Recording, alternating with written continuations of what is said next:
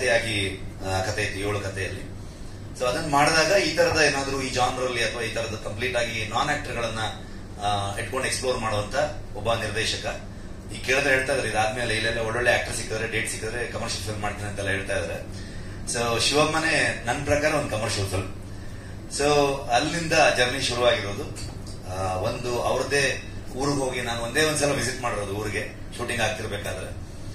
ಇಡೀ ಊರನ್ನ ಕಾಸ್ಟ್ ಮಾಡಿ, ಅವ್ರಿಗೆ ರಿಹರ್ಸಲ್ಸ್ ಮಾಡಿ, ವರ್ಕ್ಶಾಪ್ ಗಳನ್ನ ಮಾಡಿ, ಸೊ ಅಲ್ಲಿನ ಎಲ್ಲರ ಸಹಾಯವನ್ನ ತಗೊಂಡು ಅದೇ ಲೊಕೇಶನ್ಸ್ ಅಲ್ಲಿ ಬೇಸಿಕಲಿ ಒಂದು ಎರೆಹಂಚನಾಳದ ಗ್ರಾಮಸ್ಥರು ಸೇರ್ಕೊಂಡು ಮಾಡಿರುವಂತ ಸಿನಿಮಾ ಅಂತ ಹೇಳೋದಕ್ಕೆ ನಾನು ಇಷ್ಟಪಡ್ತೀನಿ.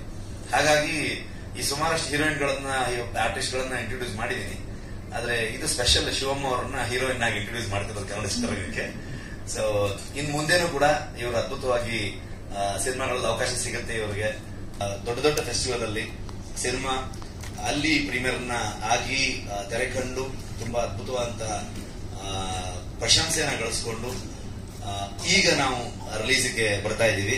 ನಾನು ನನ್ನ ಶೆಡ್ಯೂಲು ಪ್ಲಸ್ ಮಧ್ಯದಲ್ಲಿ ಏನ್ ಬ್ರೇಕ್ ಇತ್ತು ಇದನ್ನೆಲ್ಲ ಪ್ಲಾನ್ ಮಾಡ್ಕೊಂಡು ಬಂದ್ವಿ. ಇದೇ 14ನೇ ತಾರೀಕು ಸಿನಿಮಾ ರಿಲೀಸ್ ಆಗ್ತಾ ಇದೆ. ನಮಗೂ ಗೊತ್ತಿರುವಂತದ್ದಿದೆ. ಸೊ ಇನ್ನು ಒಂದ್ 2-3 ತಿಂಗಳಲ್ಲಿ ಕಂಟಿನ್ಯೂಸ್ ಒಂದು 3 ಸಿನಿಮಾಗಳನ್ನ ರಿಲೀಸ್ ಮಾಡ್ತೀವಿ.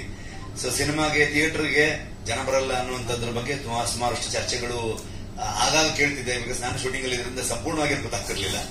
ಒಳ್ಳೆ ಸಿನಿಮಾಗಳು ಬಂದಾಗ ಖಂಡಿತವಾಗ್ಲೂ ಜನ ಸಪೋರ್ಟ್ ಮಾಡಿದಾರೆ ಅಂತ ನಾನು ನಂಬ್ತೀನಿ. ಸೊ ಒಂದು ಅಚ್ಚ ಕನ್ನಡದ ಸಿನಿಮಾ, ಇಂಥ ಸಿನಿಮಾಗಳಿಗೆ ನೀವು ಸಪೋರ್ಟ್ ಮಾಡಿದ್ರೆ, ಅಂದ್ರೆ ನಾನು ನಂಬೋದು ಯಾವುದೋ ದೊಡ್ಡ ಸಿನಿಮಾಗಳು ಅಥವಾ ಪ್ಯಾನ್ ಇಂಡಿಯಾ ಆದಾಗ ಅದಕ್ಕೆ ಆಗುವಂತ ರಿಸೆಪ್ಷನ್ ಏನಿದೆ, ಅಥವಾ ಒಂದು ದೊಡ್ಡ ಸ್ಕೇಲ್ ಅಲ್ಲಿ ಮಾಡಿದ ತಕ್ಷಣ ಮಾತ್ರ ಅದು ಸಿನಿಮಾ ಅಂತಲ್ಲ. ಇದು ಕೂಡ ನಿಮ್ಮನ್ನ ಎಂಟರ್ಟೈನ್ ಮಾಡುವಂತ, ನಿಮ್ಮನ್ನ ಎಂಗೇಜಿಗಾಗಿ ಇಟ್ಕೊಳ್ಳುವಂತ ಒಂದು ಸಿನಿಮಾ ಆಗುತ್ತೆ. ಜೊತೆಗೆ ಸಮಾಜಕ್ಕೆ ಒಂದು ಒಳ್ಳೆ ವಿಚಾರವನ್ನ ತಲುಪಿಸೋದು ಕೂಡ. ಹಾಗಂತ ಈ ಸಿನಿಮಾ ಬರೀ ಮೆಸೇಜ್ ಓರಿಯೆಂಟೆಡ್ ಆಗೇ ಇರುತ್ತೆ ಕೇಳಿದ್ರೆ, ಸಂಪೂರ್ಣವಾಗಿ ಎಂಟರ್ಟೈನ್ಮೆಂಟ್ ಇದೆ. ಯಾಕಂದ್ರೆ ನಾನು ಸಿನಿಮಾ ನೋಡಿದೀನಿ.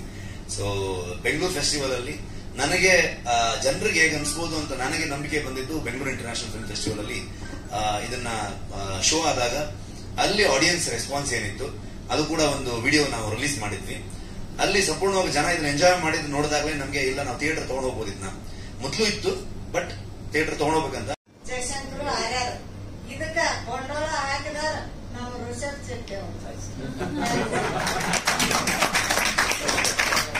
ನಮ್ಮ ಕಡೆಯಿಂದ ಅಂತ ಪಿಕ್ಚರ್ ಮಾಡುವಂತ ಶಕ್ತಿ ಅವ್ರಿಗೆ ಕೊಡ್ಲಿ.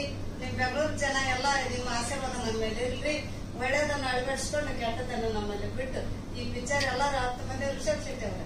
ನಿಮ್ ಫ್ಯಾಮಿಲಿನ ಕರ್ಕೊಂಡು ಹೋಗ್ಬೇಕು. ಎಲ್ಲ ನಿಮ್ಮ ಅಕ್ಕ ತಂಗಿರು, ನಿಮ್ಮ ಫ್ಯಾಮಿಲಿ ಅವ್ರು ಎಲ್ಲಾರು ಬಂದು ಈ ಪಿಕ್ಚರ್ ನೋಡಿ ನೀವು ಆಮೇಲೆ ಅದನ್ನೆಲ್ಲ ಮಾತಾಡ್ಲಿಕ್ಕೆ ಇದೆ. ಬರೀ ಟ್ರೇಲರ್ ಲಾಂಚ್ ಅಷ್ಟೇ.